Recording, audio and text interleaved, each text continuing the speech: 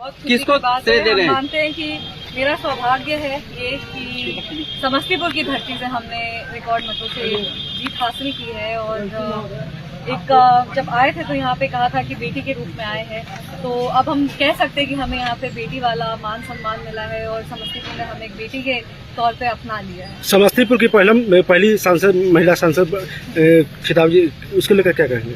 अब दिखेगा समस्तीपुर में कि सांसद के में दम कितना होता है। पहली प्राथमिकता क्या होगी?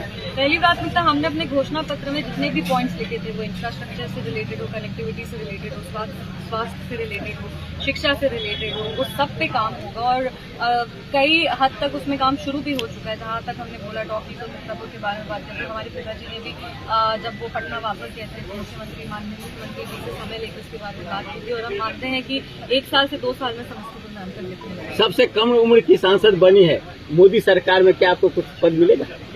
पद की हमें कोई लालच नहीं है। हम मानते हैं कि समस्तीपुर की जनता ने हमें अपना लिया, अपने दिल में जगह दे दी है, वही मेरे लिए सबसे बड़ी जीत है।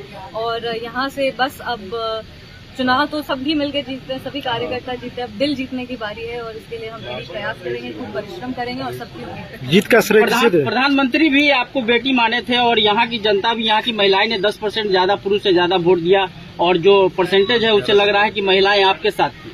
बिल्कुल बिल्कुल। और अब हम मानते हैं कि हम जितने भी ज्यादा अधिक से अधिक वोट देंगे, जीत तो 5,000 10,000 वोट से होती है, पर इतने रिकॉर्ड मार्जिन से यहाँ से जीत हुई है, तो हम मानते हैं कि ये सभी कड़ी मेहनत है सबकी। और जितने भी हमारे कार्यकर्ता हैं सबकी मेहनत है, हमारे पिताजी की मेहनत है, हमारे परिवार के सभी सदस्यों की मेहनत है।